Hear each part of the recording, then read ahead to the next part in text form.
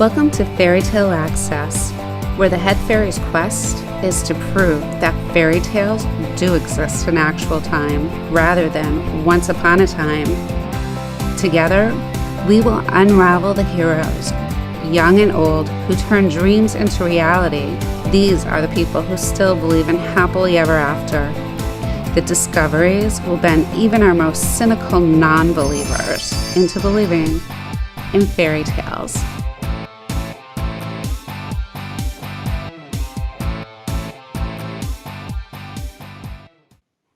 Hi, welcome to Fairy Tale Access. I'm very excited to introduce you to Catrin Russell, the author of The Power of Conviction, and by Skype from Sweden.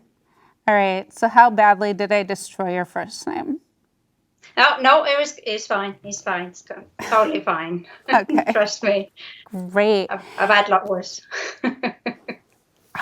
This is such a good book.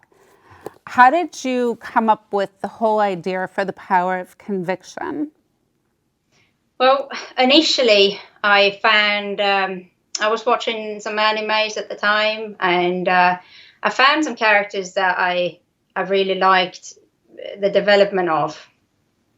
And so I started out by just making the characters, and I made key scenes with the main characters, obviously, then, and how I thought that their kind of impossible love relationship would develop and all that. But then I kind of struggled with making like the main plot for quite a while, so I shelved it for about a year and a half, something like that. And then I was watching this other show, and I read another book, and it's as you do, bit now and then it just sort of hit me like that's it. This is what I needed, the puzzle piece, with the world and what I was going to do. So I just sat down and started writing, and I ended up writing about 300,000 words in just under 5 months. Wow. Yeah. And I ended up... That floors me more than anything, because you're from Sweden, so this English is not your first language. No, and this is my first books in English. I've never written books in English before. I've written like little tiny, started some projects and like not really finished it, or made a short story or something similar. Initially I've done game design development and stuff through uni, so I've done little short things in English, but never really made a story like this. So I just went balls to the wall kind of thing. You just wow, you must be brilliant, because it's so well written, like your choice of words and the way you describe places.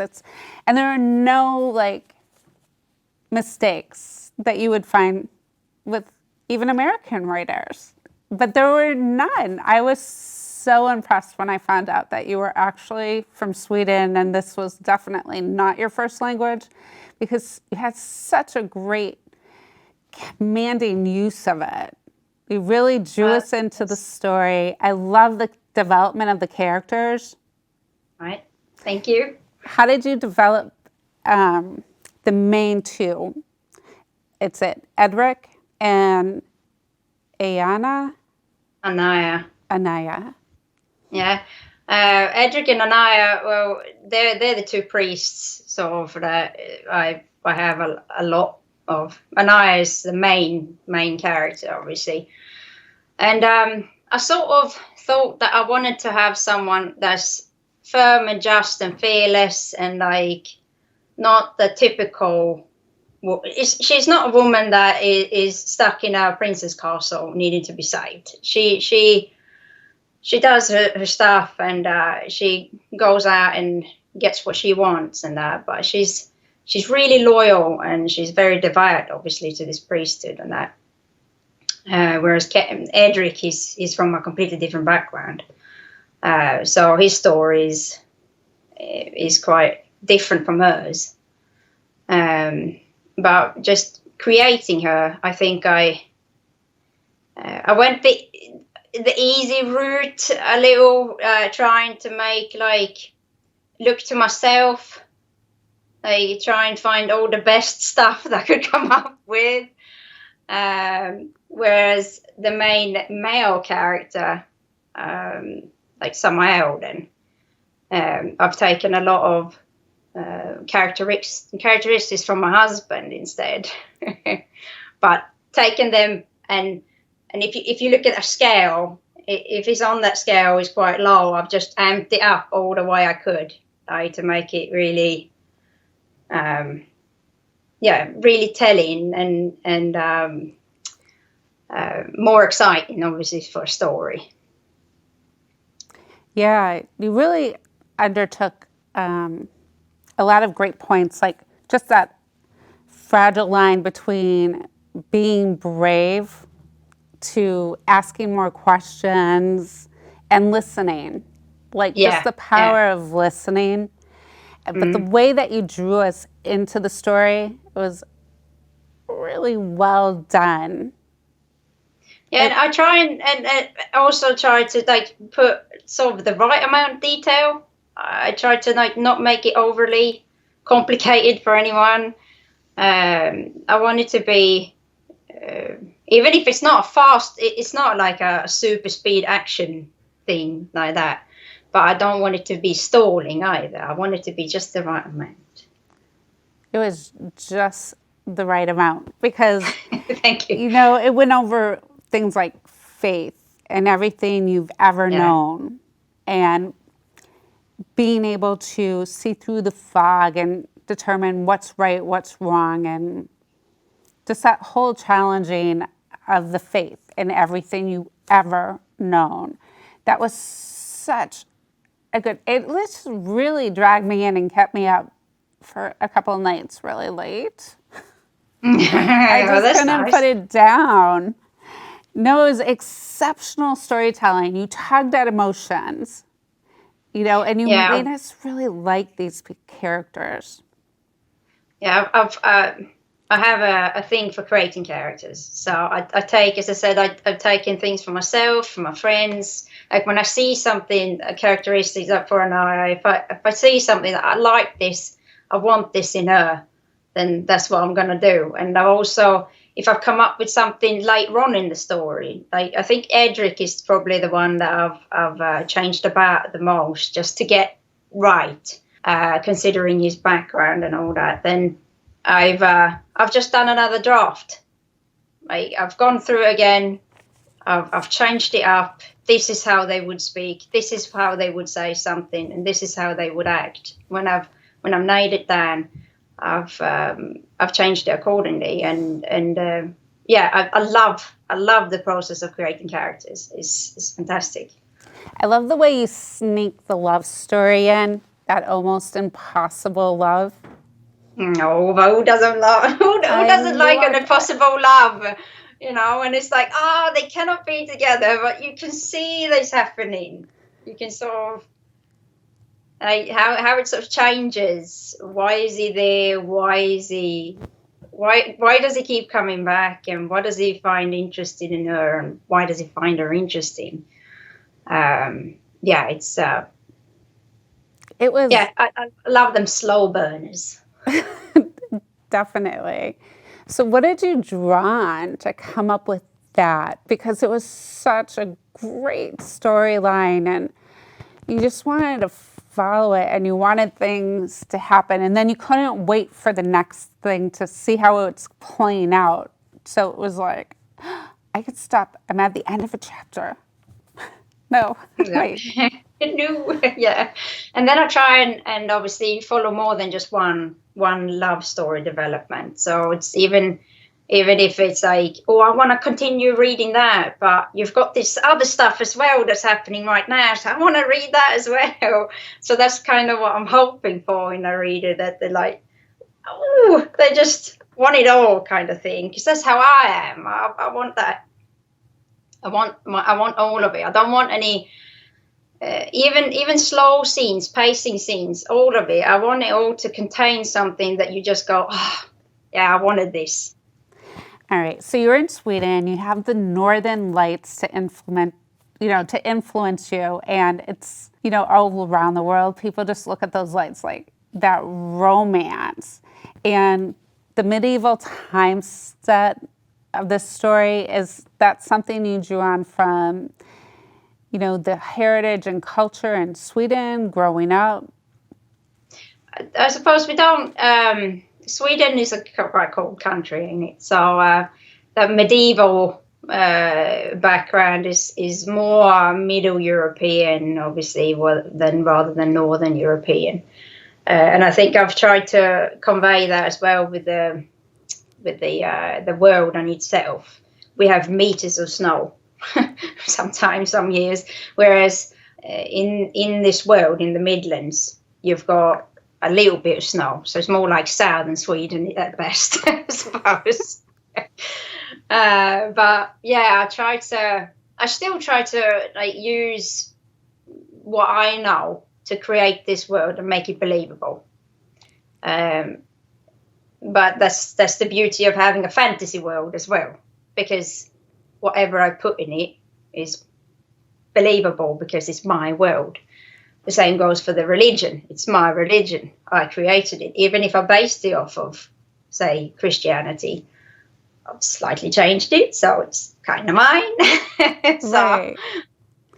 No, I thought the balance between the fantasy and the realism was really well done. It was so believable. Yeah, I'm hoping. I'm not one for. I'm not saying I'll never write like a really, really high kind of fantasy story with dragons and unicorns, but I am more inclined towards the more subtle fantasy.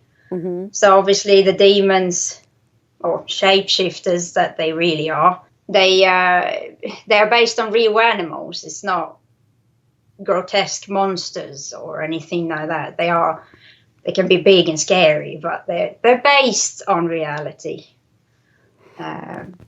Which made it more believable because you used elements that were really true to them, if you read about them or have ever seen one. Yes.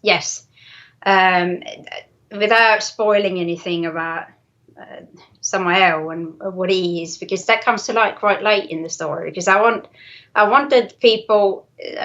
readers, even if they can figure it out, that they find it out for real at the same time as Anaya does. But he's got features from what he is, and in this book, it's mainly them though, that kind of demon. But the other demons do have features from what they are, and as background story, I've got a lot of these detailed out. How they're normally built, what kind of eye color they normally have, hair colors, tall, short, muscular, not, how they live. Some animals live apart, some animals live in bigger groups, and it's not always correlated to the animal. But I do try to take as much features as I can, and who can become primes and who can't, and yeah. So how do you develop all of this and put it together? Because it seems like a lot to keep track of to get it to flow so smoothly. There's a lot of backstory. Like I've detailed out a lot that may or may not come to light, but that can influence me as I do the writing. So there is. Yeah, there is a lot of details, like just where they're from, where they live, how they live, what they do. And there's more countries, like there's countries to the north, to the south, and what kind of people reside there. Even if I don't mention it directly, then it all connects together. And I've written it all down. I use this program, like Scrivener, that I just I had a lot of notes. There's a lot of notes there, and I obviously scribble by hand as well. So I got piles of paper, and yeah. Wow. So how long have you been writing? Is this the first? This is the first book in this series, correct? Yeah, and it's my first published book. I've never really gone through a story as much as I've finished stories earlier before in Swedish, but they've never been more than a first draft, if you see what I mean. Like the difference is, like when you've done your first draft, that's such a small part of the actual process. It's like you got more drafting, editing, proofreading, all that left. This is my first that has ever made it through all them hurdles. So I'm happy I made it. So I am too. So when did the book come out? Because I was lucky and got the one before. Well, the ebook I released in June already. Oh, okay. Yeah, and that was while I was still looking into getting like a proper editor. So it's gone through editing since. So if anyone's read it before that, then they should have another look, because I changed a few things up. But yeah, I also had to split it up. That's why there is the Path of Salvation as well already out as an ebook, not paperback. But that one is the next part. Because I kept saying that. I kept saying like should only be about 100 pages more or something like that. When I was 200 pages in, yeah, it ended up being like 500 pages or 600 or 700, and then I'm like, oh shit, I've got to cut this in half. So that's why there's 2 books at the moment. Wow. And how do you decide where to cut? Sorry to interrupt you, but how do you decide? No, it's okay. Yeah, in the first, between the first and the second, where it cuts now, I know it's a bit of a cliffhanger, but it's not like a horrible cliffhanger in my opinion. I'm not a huge fan of cliffhangers myself, but it was the only natural place to put the break. Because had I waited, then I think the break wouldn't have been as connected to the main characters as I would have wanted it. So this was felt most natural to place it there. Wow, it's amazing that you have time to write these incredible stories, and in English, not your first language, because do you have 3 children now, or 2 and 1 on the way? 2 and 1 on the way. You have 2 and 1 on the way? Yeah. And I work as a nurse as well. Oh, and you work as a nurse too. Yeah, not to forget. So I've got a lot of stuff on my hands. Yeah. Wow. It's like a nurse by day, author by night kind of thing going on. By night. Yeah. That would be a good story. I'll keep in mind. I know, but I love the way that you highlight modern dilemmas in the medieval world and that whole mix of different genres in it. Yeah, I tried as well to put a bit of a spin on, instead of it being, because in today's society it's a lot about race and what you look like, or religion, what you believe in, and it really segregates people in a terrible way.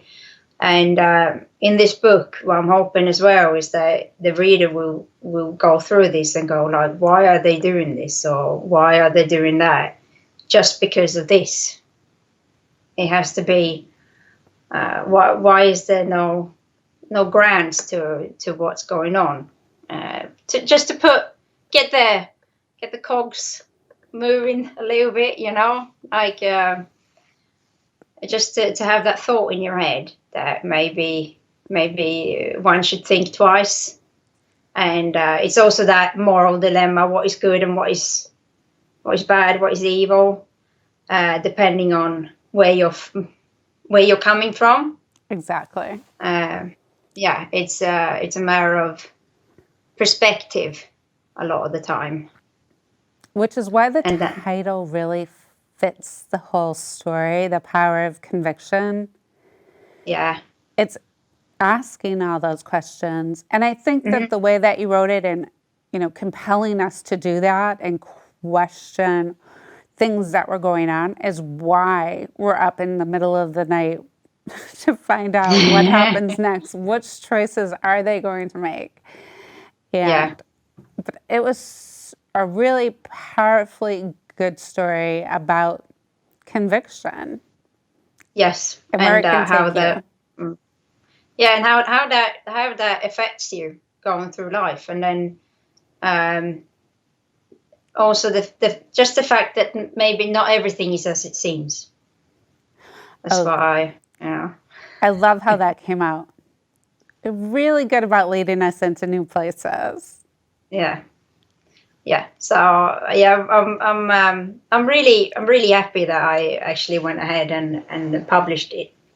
It was actually my family that pushed me towards doing it. So because I Real, was so you writing weren't so much. planning on publishing it? No, Why no, did you I write wasn't. it? Just for yourself? Yes, yes, 100%. That's why I mix 50 different genres. No, not maybe not that many, but yeah, I mean, I put everything that I like into this. I like the action. I like the pacing scenes, the living daily life. I like the religious moral struggles. I love like romance, obviously, and I like a bit of smut. And I just, I just went with it. I just went like, I'm gonna have everything that I like in this book. Like, I don't mind reading other stories that lacks one or more things out of this list, but when I'm writing myself, I just want all the good bits. So I just jammed them in there.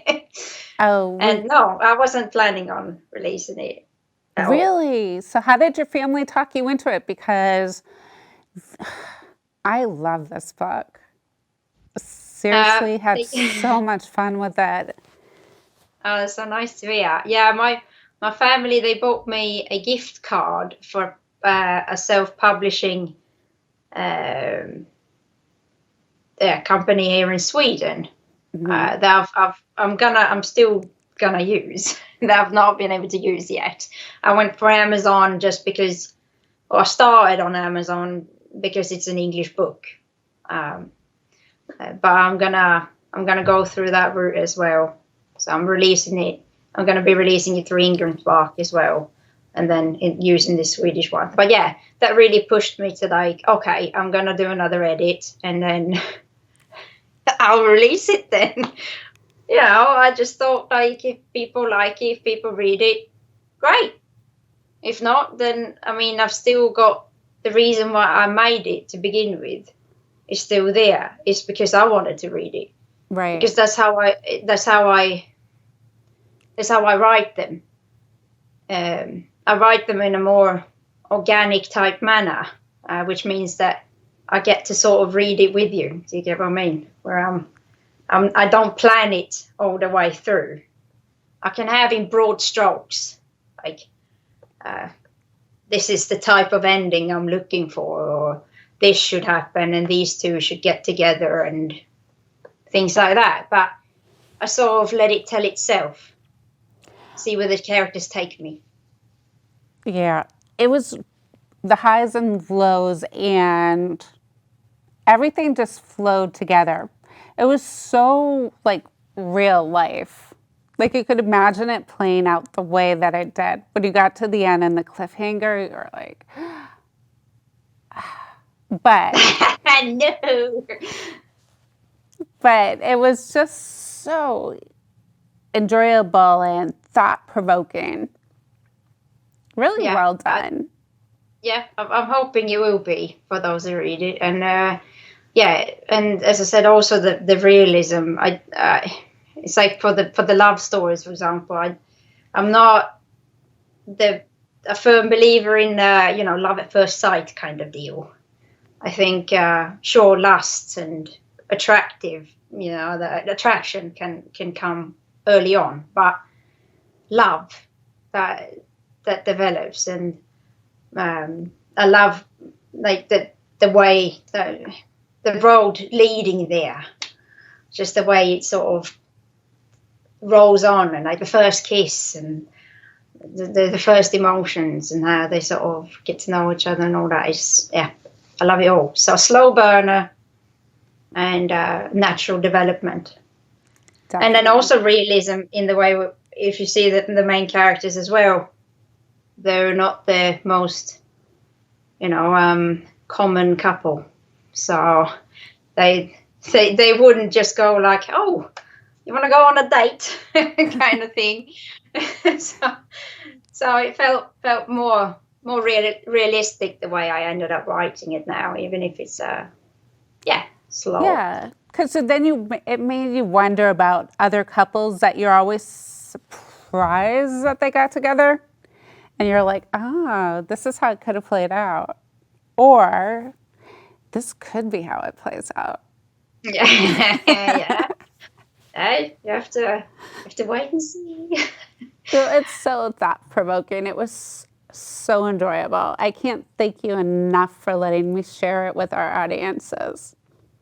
Oh, thank you for reading it, and thank you for liking it that much. It's very nice to hear people say that they like your work, especially when it's like you. As I said, I wrote it sort of for myself and never had any. I wasn't thinking that other people would enjoy it. And that's why it's really, really nice to hear. Oh, it really is great. Well, I think the more that it gets out, you'll find so many other people that like it just as much as I do. Because I hope so. It's amazing. I can't wait to see the next one. Well, and the one I'll after tell that. you when it's released. And the third one is in edit. Oh, thank goodness. Because we really hate waiting in between. No pressure. No pressure. No, none taken. But thank you again. Thank you. All right. And until next time, keep asking questions. And if you want a really enjoyable, fantastic read, The Power of Conviction is definitely it.